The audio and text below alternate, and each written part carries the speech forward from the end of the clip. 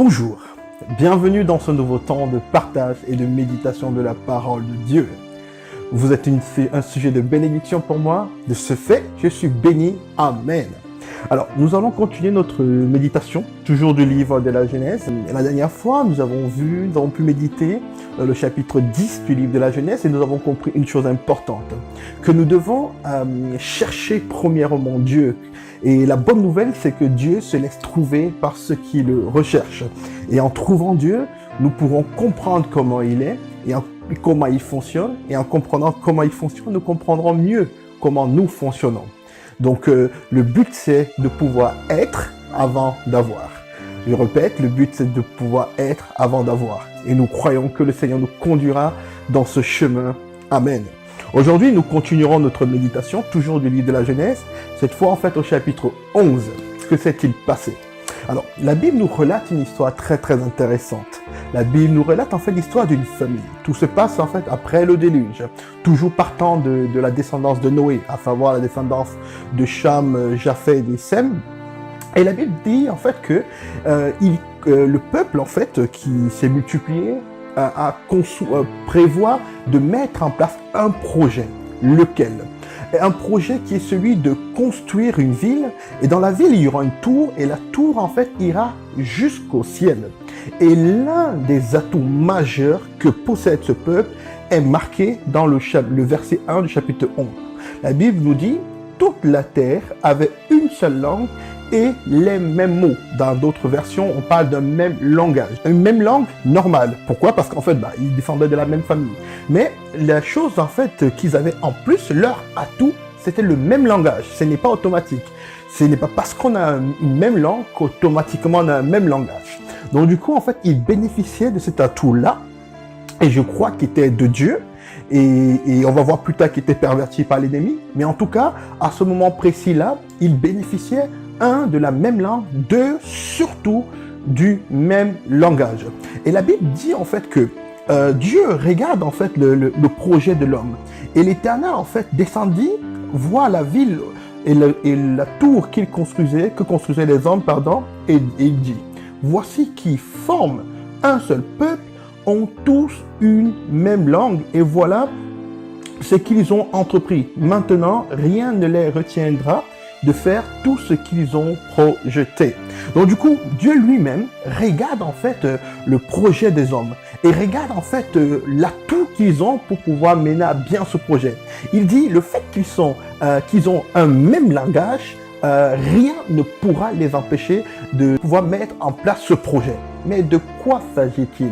De quel projet s'agit-il? Est-ce qu'il s'agissait juste d'un simple projet de construction? Je ne pense pas. Pourquoi? Parce que la Bible donne le pourquoi en fait les hommes voulaient construire ce projet.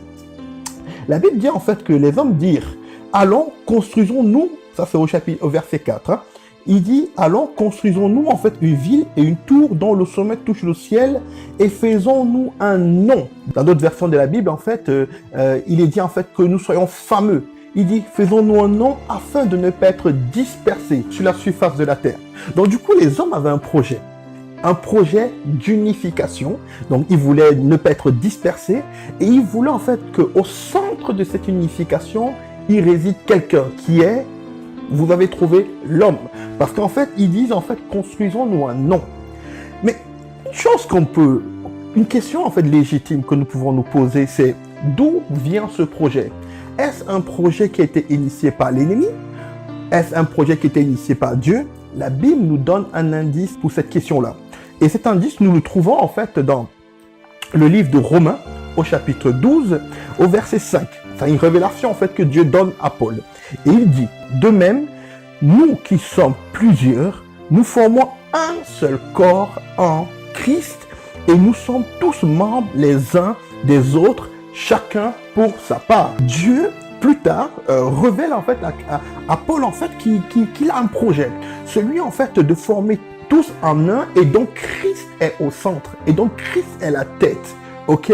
Et du coup, quand nous regardons en fait ce projet en fait qu'avaient les hommes lors de la construction en fait de cette fameuse tour, ce tour avait pour objectif d'arriver à ces mêmes fins là.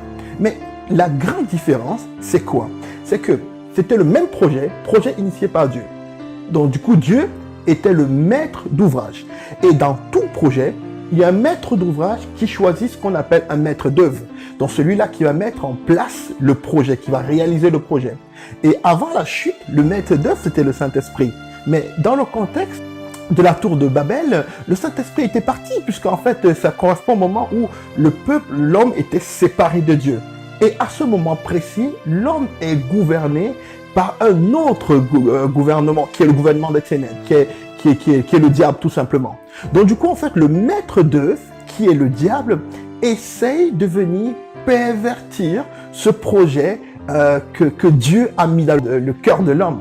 Et quand nous lisons en fait justement le but, ce pourquoi l'homme décide de mettre en place ce projet, les choses semblent être pareilles sous la forme, c'est-à-dire on voit bien en fait un projet d'unification, on voit bien un projet qui a pour but de mettre quelqu'un au centre, mais dans le fond c'était pas le même, parce que au centre le diable voulait enlever Christ et positionner l'homme, parce que la Bible dit que quand il construisait en fait cet édifice-là, c'était pour que l'homme soit fameux. Mais gloire soit rendue à Dieu. Du fait que malgré tout ça, Dieu nous prouve toujours au travers de ces différentes actions qu'il nous a vraiment aimés. Il ne laissa pas l'ennemi en fait arriver à accomplir ce projet en fait machiavélique. Dieu décide de réunir en fait, de solliciter les cieux afin de descendre sur la terre et d'éradiquer ce projet de l'ennemi. La Bible nous dit quel est le plan d'action de Dieu. Dieu, il avait fait un constat au départ. Il dit, mais ce peuple est unique. Ils ont en fait un seul langage. Donc du coup, rien ne peut les empêcher d'accomplir ce dessein. Donc du coup, si nous confondons leur langage, ils ne pourront plus s'entendre, ils seront séparés et moi, je pourrais les disperser. Et quand nous lisons dans la suite des versets, c'est exactement en fait ce que Dieu fit. Donc Dieu vient, il confond le langage. Et la Bible dit en fait que les hommes ne s'entendaient plus, n'arrivaient plus à se comprendre, pardon. Et du coup, Dieu en fait a dispersé les hommes sur la surface de la terre. La question peut être celle-ci. On s'est rendu compte que l'homme avait un langage. Selon vous, d'où lui venait ce langage commun?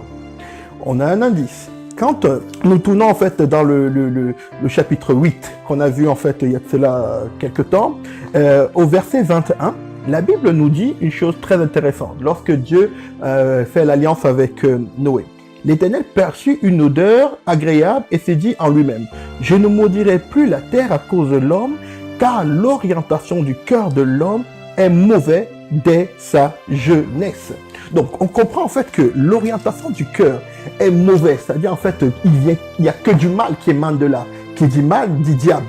Ça veut dire en fait que le langage que les hommes avaient est un langage qui était inspiré par le diable. Mais j'ai une bonne nouvelle pour vous. Dieu a une bonne nouvelle pour nous. Jésus-Christ a vaincu l'ennemi. Jésus-Christ a vaincu le diable. Dans le livre des Actes des Apôtres, on va voir en fait une chose très intéressante. Regardez. La Bible nous dit, quand le jour de la Pentecôte arriva, ils étaient tous ensemble au même endroit. Tout à coup, il vint du ciel un bruit comme celui d'un vent violent qui remplit toute la maison où ils étaient assis. Des langues qui étaient semblables à des langues de feu leur apparurent, séparées les unes des autres, et elles se posaient sur chacun d'eux. Ils furent tous remplis du Saint-Esprit et se mirent à parler en d'autres langues comme l'Esprit leur donnait de s'exprimer. Gloire à Dieu. Pourquoi? Parce que le maître d'œuvre, qui était le Saint-Esprit, qui à l'époque était parti de l'homme à cause de la chute d'Adam et les conséquences dont on a connu, la Bible nous dit que ce maître d'œuvre a été réinstauré. Ce maître d'œuvre a été remis à sa position et de ce fait, le projet initial de Dieu, qui était celui de construire en fait un seul corps dans le centre était Christ, pouvait reprendre place. Amen. L'une des choses que Dieu a décidé de faire pour pouvoir séparer le peuple en fait au temps lors de la construction en fait de la tour de Babel, Dieu a décidé de confondre leur langage. Mais on a vu au départ que le langage commun était en fait un plan de Dieu, avoir un même langage. C'est juste que l'ennemi est venu pervertir ce langage et a donné un langage contraire à Dieu. Et nous verrons en fait que ce même jour de la Pentecôte, premièrement, Dieu remet le Saint-Esprit, qui est le maître d'œuvre, donc c'est lui qui a la capacité de pouvoir mettre en place le projet établi par le maître d'ouvrage qui est Dieu. Et deuxièmement, Dieu décide de rétablir le langage commun. Vous voulez voir où? Regardons. La Bible en fait nous dit, dès le verset 8, toujours du chapitre 2 des Actes des Apôtres, comment se fait-il donc que nous les entendions, chacun dans notre langue maternelle, Parthes, Médès, Élamites, habitants de la Mésopotamie, de la Judée, de la Cappadoce, du Pont, de l'Asie, de la Phrygie, de la Pamphylie, de l'Égypte, du territoire de la Libye voisine, de Cyrène et résidents venus de Rome, juifs de naissance ou par conversion, crétois, et arabes. Nous les entendons parler dans notre langue des merveilles de Dieu. Nous les entendons parler des merveilles de Dieu. Vous vous rendez compte que quand le Saint-Esprit descend sur eux, les 120 sont saisis. Ils parlent des langues différentes, mais ont un seul langage, lequel? Parler des merveilles de Dieu. Tous, quelle que soit la langue qui leur a été donnée et inspirée par l'Esprit, le but était de revenir à un langage commun, celui de parler des merveilles de Dieu. Or, combien puissant et vital est le Saint-Esprit dans chacune de nos vies. Mais gloire soit rendue à Jésus, gloire soit rendue à Dieu qui nous accordait la grâce de pouvoir avoir à nouveau part au maître d'œuvre dans nos vies qui est le Saint-Esprit de Dieu. Et je bénis le nom du Seigneur de ce que nous puissions bénéficier de ce maître d'œuvre. Et du coup, qu'est-ce que nous pouvons tirer maintenant dans cette partie comme enseignement? Hier, l'ennemi avait essayé en fait de corrompre le langage commun que Dieu avait mis dans le cœur de l'homme. Mais on a vu ensemble que Dieu, par le Saint-Esprit, est venu rétablir ce langage qui est celui de parler des merveilles de Dieu. Donc du coup ici, nous comprenons en fait que l'un des buts en fait du Saint-Esprit dans nos vies est celui de nous donner un langage commun, celui de parler des merveilles de Dieu, celui de témoigner Christ, celui en fait de raconter des bienfaits de Dieu à tout le monde entier. Telle était la recommandation de Jésus-Christ avant qu'il n'envoie le Saint-Esprit. Il a donc ces recommandations. Allez et faites de toutes les nations les disciples. Baptisez-les au nom du Père, du Fils et du Saint-Esprit. Mais allez et faites de toutes les nations des disciples. Et quand on va pour faire des nations des disciples, on parle de qui? Quel est notre message que nous communiquons? Nous communiquons les merveilles de Dieu. Nous parlons de l'évangile. Nous parlons de la bonne nouvelle. Amen. J'espère en fait que au travers de ce passage-là, nous avons compris en fait que le langage commun que nous avons aujourd'hui est celui de parler des merveilles de Dieu tout autour de nous, ou en d'autres termes, celui d'évangéliser. Je vous remercie encore de ce temps que vous avez pris pour ce partage de la méditation de la parole et vous dis à la prochaine pour une prochaine méditation de la parole de Dieu. D'ici là, soyez infiniment bénis et que la grâce du Seigneur soit avec vous au nom de Jésus. Amen.